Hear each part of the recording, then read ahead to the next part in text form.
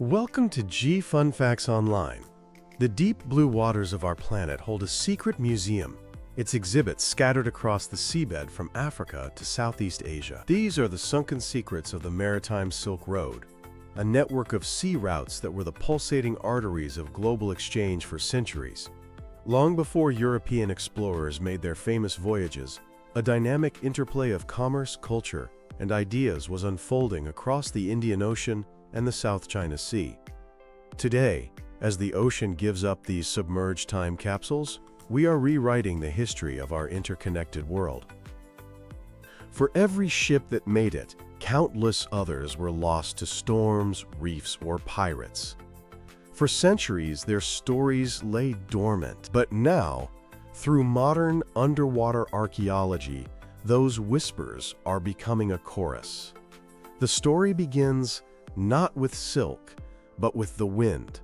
The genesis of the Maritime Silk Road can be traced to the Neolithic era, but it was the harnessing of the monsoon winds that truly unlocked long-distance sea travel.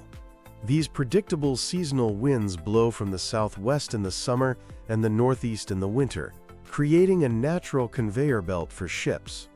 Arab, Persian, and Indian merchants became masters of the monsoon, their dhows traversing the ocean with a rhythm dictated by the seasons. We often romanticize the overland Silk Road with its camel caravans, but maritime trade likely dwarfed it in sheer volume. Ships could carry far more, and the sea, despite its perils, was often a more direct and faster passage. This maritime highway connected bustling port cities, each a melting pot of cultures. As early as the 1st century, a sea route linked Chinese-controlled Vietnam with Roman-controlled Egypt, with Roman glassware from that period even being found in a Han Dynasty tomb in Guangzhou. Perhaps no single discovery has illuminated this early global trade, like the Belitung shipwreck. Found by fishermen off Indonesia's Belitung Island in 1998, this 9th-century Arabian dhow is one of the most significant maritime finds ever. The ship itself is incredible, its planks sewn together with coconut fiber ropes. But its cargo was what stunned the world: over 60,000 Tang Dynasty artifacts, a literal Tang treasure that had laid undisturbed for over 200 years. The sheer quantity and variety paint a detailed picture of the trade between China and the Middle East. The cargo was mostly ceramics, including a staggering 55,000 bowls from the Changsha kilns. Many were clearly designed for a foreign market, featuring motifs that catered to West Asian tastes. This wasn't accidental. It was export on an industrial scale, showing a sophisticated awareness of a global market. Beyond the ceramics, the wreck held gold and silver objects that fused Chinese and Middle Eastern artistic styles. The fact that all this was on an Arabian dhow challenges the old idea that Chinese ships dominated the route from the start. Instead, it points to an era of open, multicultural exchange. Just a few years later, in 2003, another discovery deepened our understanding: the Cirebon shipwreck. Found in the Java Sea and dating to the 10th century, this vessel was even more diverse. An estimated 250,000 artifacts were recovered, an unparalleled snapshot of the marketplace at the close of the first millennium. It was loaded with highly prized Chinese Yue ware, with its exquisite green glaze.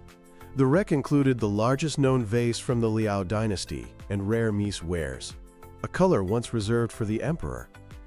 But it wasn't just a ship of Chinese exports. It also carried glassware and gemstones from the Near East and India, and tin from Malaysia. This highlights the multi-directional flow of goods and the role of Southeast Asian ports as crucial trading hubs. The Cirebon wreck also carried Hindu and Buddhist religious artifacts, alongside items with Islamic influence. This reflects the diverse spiritual landscape of the powerful Srivijayan kingdom, which controlled the region.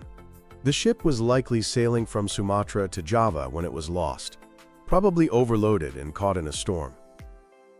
For centuries, this network flourished, but the late 15th century marked a dramatic turning point.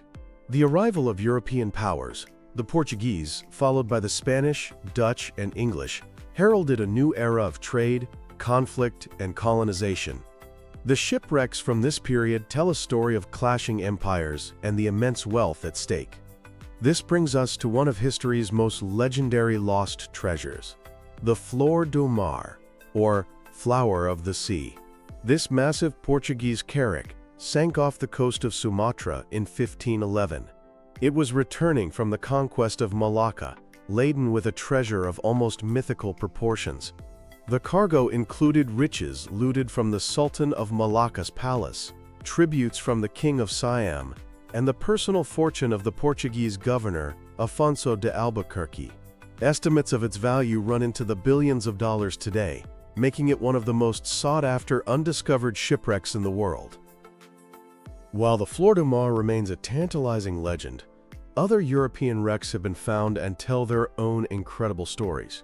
Take the Esmeralda, a Portuguese carrack from Vasco da Gama's Second Armada to India. It sank in a storm off Oman in 1503. Its excavation yielded some of the earliest known mariners' astrolabes, the crucial GPS of their day, and a ship's bell dated 1498. They even found a rare Indio silver coin, specially minted for trade with India, a tangible link to the economic ambitions driving these dangerous voyages. Then there's the story of the San Diego, a Spanish galleon that sank off the Philippines in 1600. Originally a merchant ship, it was hastily converted into a warship to fight a Dutch fleet. Dangerously overloaded with cannons, it was unstable and sank after a battle. Discovered in 1992, the wreck yielded an astonishing 34,000 artifacts. This was a microcosm of the globe-spanning galleon trade. Thousands of pieces of Chinese Ming Dynasty porcelain, Japanese samurai swords, Portuguese cannons, and Mexican silver coins, all found together on the seabed. The true magic here lies in the stories the artifacts tell. Preserved in their submerged time capsules, these objects connect us to the people who made and used them. Ceramics are the most enduring narrators. Their survival on the seabed allows us to trace the evolution of Chinese production, from the utilitarian bowls on the Belitung wreck to the exquisite blue and white porcelain found on later ships. But it's not just porcelain. Gold jewelry, intricate glassware, and bronze mirrors have all been recovered. Hindu and Buddhist icons on the Sarabon wreck map the spread of religions along trade routes. The ships themselves, evolving from sewn plank dhows to massive European carracks, reveal a continuous process of technological exchange. So how do we find these underwater ghosts? It's not just luck. Modern underwater archaeology is a high-tech field.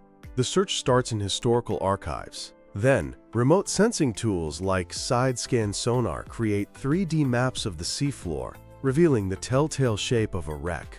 Magnetometers detect iron from cannons and anchors. Once a site is located, robotic explorers, ROVs and AUVs equipped with HD cameras provide stunningly clear images. For deep-sea excavations, manned submersibles can take archaeologists directly to the site. To document a wreck, they use photogrammetry, taking thousands of overlapping photos to create a precise 3D model, digitally preserving the site forever. The ongoing discovery of these wrecks is a cause for celebration, but it also brings great responsibilities.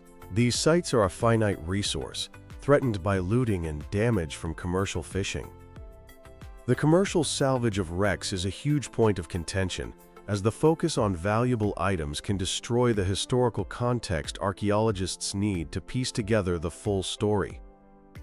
As technology opens up ever deeper parts of the ocean, the potential for future discoveries is immense. Experts estimate thousands of shipwrecks may lie waiting off the coast of China alone. The sunken secrets of the Maritime Silk Road are more than just adventure stories. They are a vital part of our shared human story.